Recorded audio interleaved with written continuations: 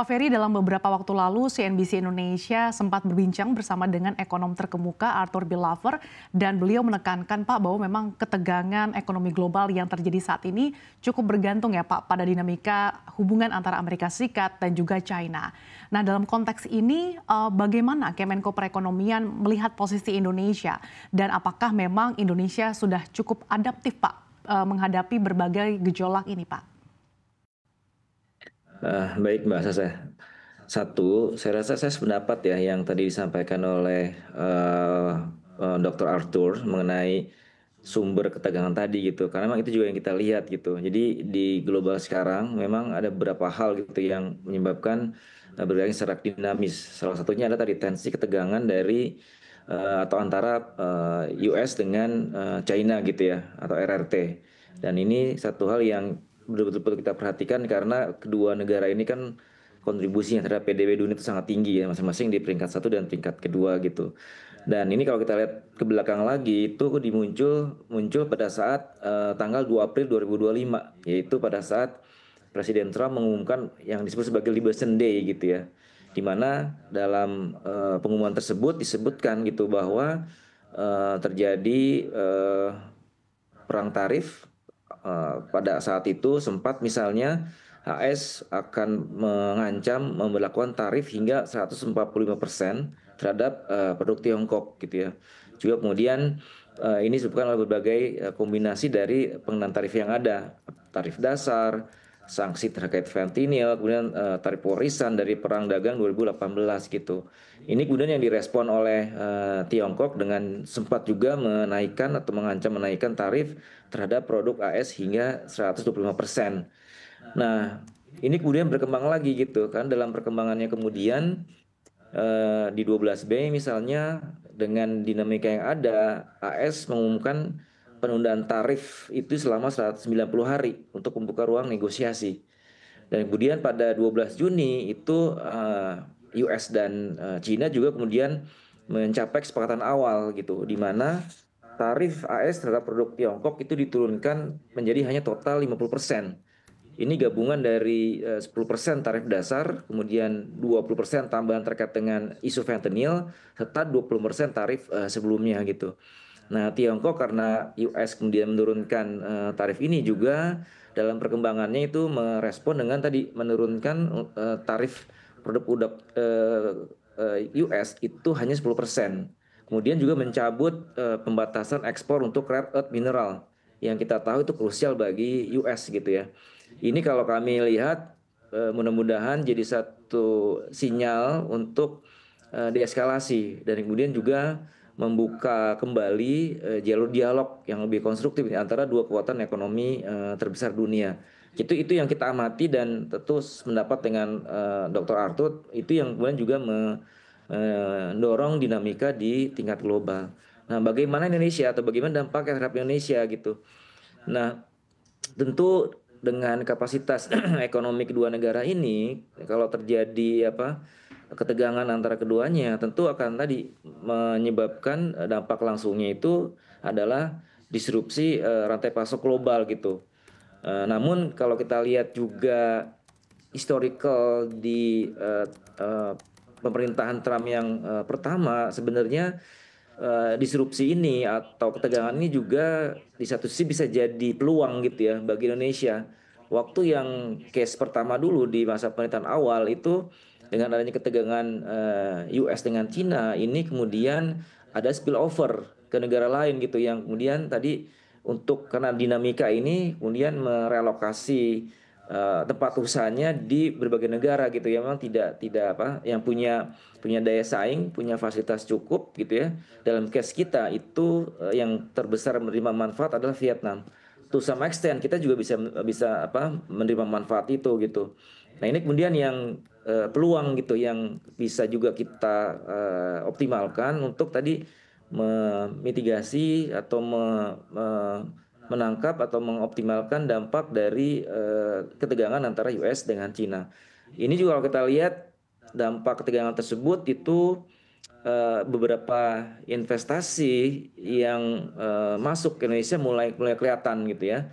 Misalnya untuk sektor elektronik, kemudian juga baterai kendaraan listrik, maupun teknologi menengah tinggi. Namun demikian memang kalau kita lihat juga dibandingkan dengan case Vietnam yang dulu di 2019, ekspor kita ke US itu masih tergolong tidak terlalu tinggi gitu ya, sekitar 26,4 miliar dan impor kita sebesar 12 miliar US dollar. Sehingga tadi satu sisi melihat hal ini, share dari total ekspor kita ke US itu sekitar 11%, sehingga mudah-mudahan dampaknya pun tidak sebesar negara-negara yang punya ketergantungan tinggi gitu terhadap ekonomi US.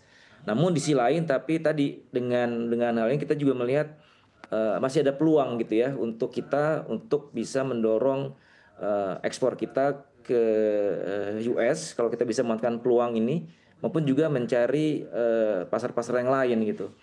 Nah, bagaimana respon Indonesia? Kalau kita lihat dari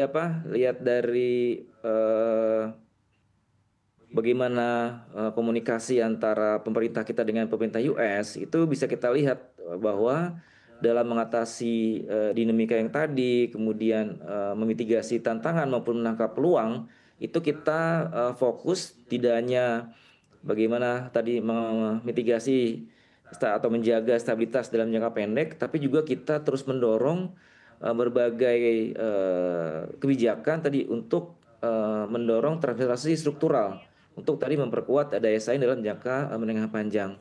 Nah, contohnya apa? Misalnya tadi untuk dalam jangka pendek seperti kita tahu kita melakukan renegosiasi dengan pemerintah US, kita menyampaikan beberapa usulan baik yang tarif, non tarif maupun juga pembelian langsung.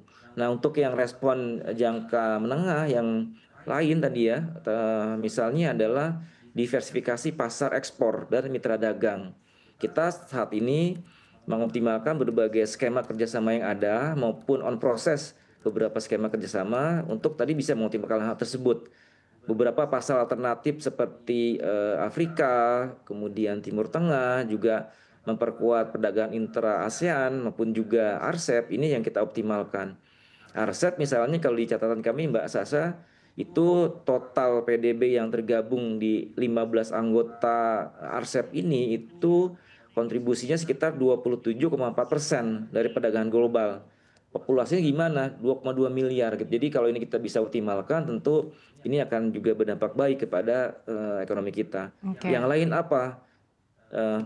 AU SEPA misalnya ya, Eropa. Ini Eropa penting gitu karena tadi kita punya peluang juga nih. Kita istilahnya untapped market ya. Untapped market untuk beberapa komoditas kita. Misalnya apakah tekstil, garment maupun alas kaki. Ini kita dalam tahap penyelesaian. Harapannya kalau Juni ini bisa kita selesaikan, maka ini membuka peluang juga untuk produk-produk kita, khususnya yang padat karya, itu ke Eropa.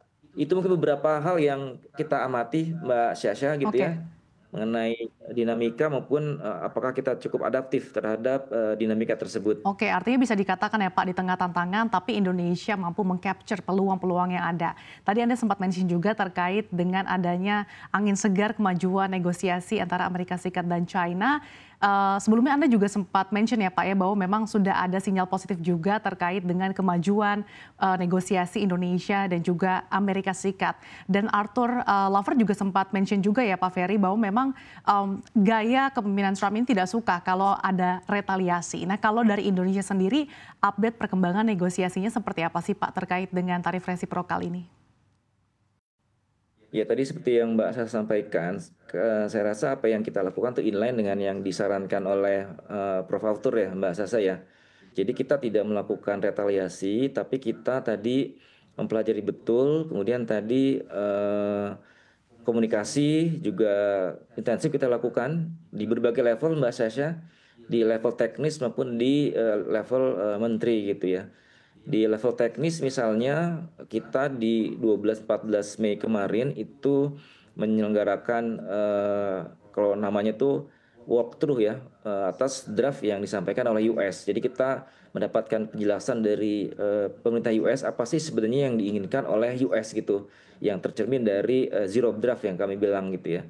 Kemudian dari zero draft tersebut kita juga sudah menyampaikan tanggapan atau usulan. terhadap zero draft tersebut pada tanggal 23 Mei. Kemudian tanggapan resmi dari UST juga telah kita terima pada tanggal 31 Mei yang kemudian kita tindak lanjuti dengan penyampaian best offer gitu ke pihak US, dalam hal ini USTR. Itu di level teknis.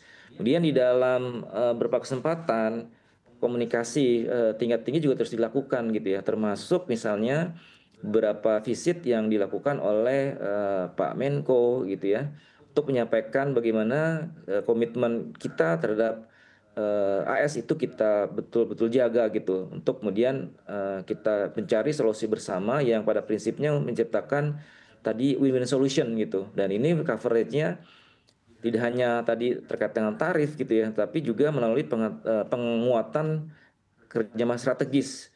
Misalnya apakah relokasi pembelian energi dari US, kemudian peningkatan impor produk pertanian tertentu, maupun penguatan kerjasama di beberapa sektor. Apakah di SDM, mineral kritis, ketahanan rantai pasok, industri prioritas, juga termasuk yang kita bilang itu non-tariff measures gitu ya. Ini kita lakukan terus dengan kerangka 90 hari sebagaimana disampaikan oleh pihak US gitu ya. Nah, kita optimis mudah-mudahan dengan proses yang kita lakukan di berbagai level, kemudian juga coveragenya cukup komprehensif, kesepakatan yang adil, seimbang dan saling menguntungkan itu dapat kita capai gitu ya. Dan Baik. mudah-mudahan tadi dalam waktu dekat bisa kita capai, Mbak Sasha. Oke, di tengah peluang negosiasi yang terbuka dan diupayakan untuk mencapai win-win solution, tapi apa Pak strategi ataupun mitigasi yang akan dilakukan oleh pemerintah Indonesia jika memang ada skenario-skenario yang misalkan ternyata tidak sesuai dengan ekspektasi, jika mungkin nanti Trump akan betul-betul menerapkan tarif pada Juli mendatang. Apakah memang pendekatan yang akan dilakukan sejalan juga nih Pak dengan prinsip Laffer Curve, yaitu mengembangkan tarif agar tidak menghambat pertumbuhan ekonomi Indonesia? Saya rasa masih inline gitu ya. Jadi tadi makanya seperti saya sampaikan, kita di dalam diskusi dengan US itu melihat berbagai aspek gitu ya. Pertama dengan tarif, kemudian non tarif, maupun juga misalnya kerjasama strategis gitu. Nah, tarif pun itu kita lihat tidak hanya sebagai sumber revenue ya Mbak Sasha ya, tapi juga itu adalah instrumen untuk kita menggerakkan aktivitas ekonomi gitu. Sehingga tadi di dalam diskusi dengan pihak US, kita pun mempertimbangkan dalam rangka menjaga hubungan dagang tersebut untuk menurunkan beberapa komoditas yang memang jadi perhatian dari pihak US gitu ya. Itu yang sudah kita lakukan gitu. Mudah-mudahan tadi ini bisa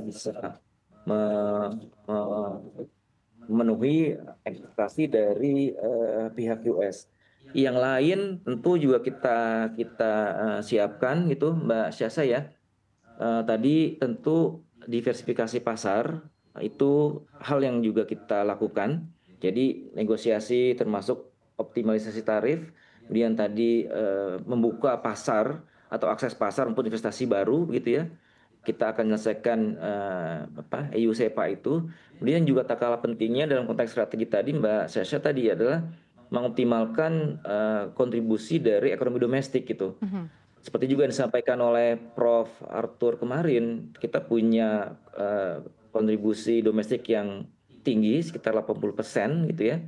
Kemudian kita punya kelas menengah yang cukup tinggi juga, yang kemudian kalau kita lihat secara konsumsi masyarakat itu mengcover sekitar 60%.